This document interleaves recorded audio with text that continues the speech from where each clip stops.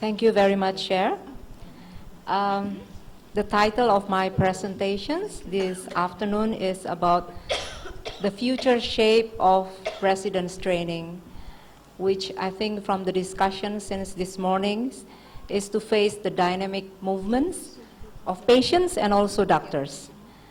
The objectives, the emphasis of my presentations is about how about the continuum of the competencies among the doctors and also some directions of future competencies and approach. As we know together that the path of the doctor as a profession started from undergraduate medical educations and then continue with certifications or specialists in postgraduate and still continue again to maintain the certifications. That's in the form of continuing medical educations or CPD. So doctor have to climb, have to walk every day and perhaps climb or fall down. Yeah. But it's continue. What I want to describe here is the continuum of learning, and learning. So that the development of competence that I want to emphasize here is a continuum, is not only knowledge and skills, and is more than just knowing the rules, but it is a habit. That is one of the things that we need to incorporate in our medical education since undergraduate level. And becoming a physician is a commitment of like having certifications. Like in Indonesia, we have, in the past decade, we have the certification and also recertifications. And also, we need to develop the habits and skills that's learned through the undergraduate and graduate medical educations. And this is the basis for our continuous professional development that make us have to adapt to change. So what we need to do to our medical students, that we need to make them aware that when they started the medical education means it is a life course, not only a medical course, but it is a life course.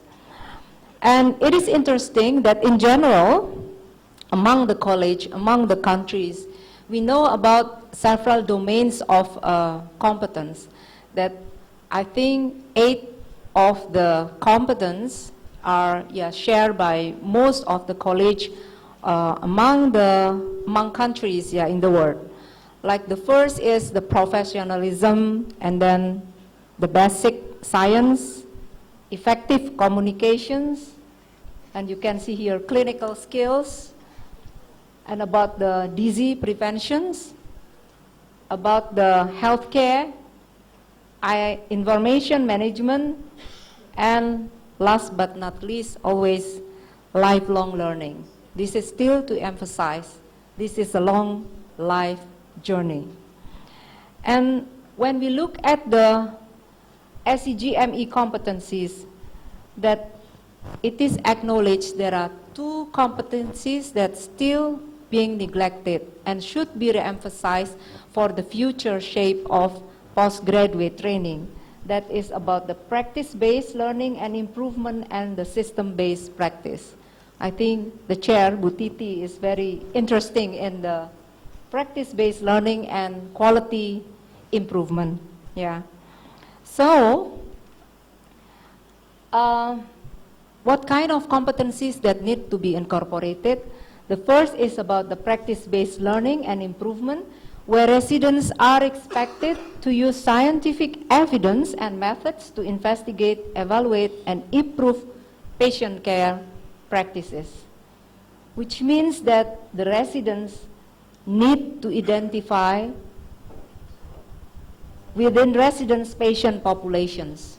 So they need to be capable in that, and then use measurement to show changes, demonstrate how to use several cycles of change to improve care delivery, and apply continuous quality improvement to local population of patients. This all should be emphasized, not only the clinical or the specialistic area.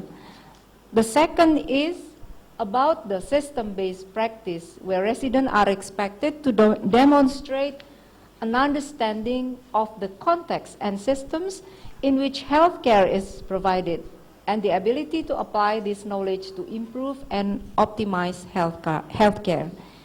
It is very clear that from this competency there should be link between education and the healthcare. And this is the three areas that need to be fulfilled during the residency training, that they need to know about the healthcare as a system. They need to have opportunity to have a collaboration, teamwork, interdisciplinary effort, and also they need to have experience to have the social context and accountability.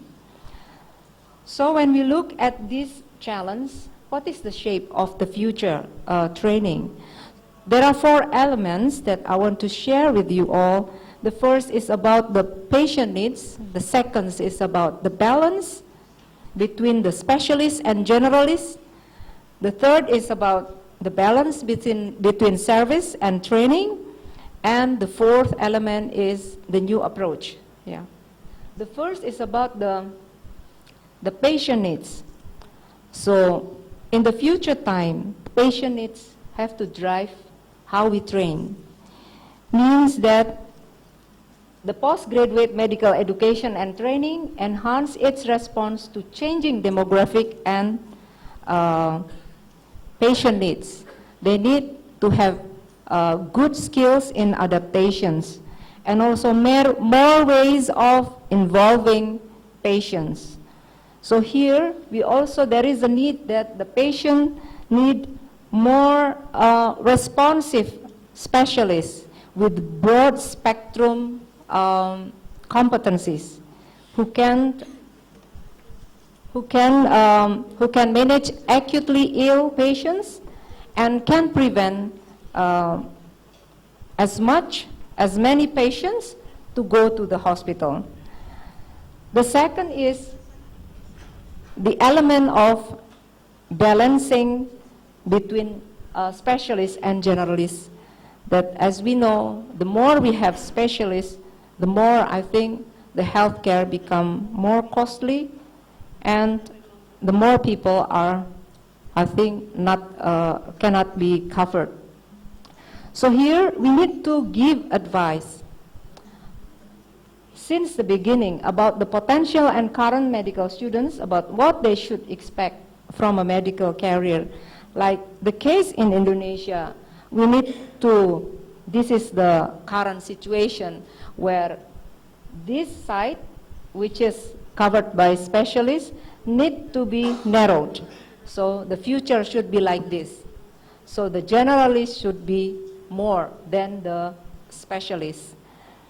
So the third element is about the balance between service and training, where all doctors must be able to manage acutely ill patients with multiple comorbidities within their broad specialty area and continue to maintain their skills in the future.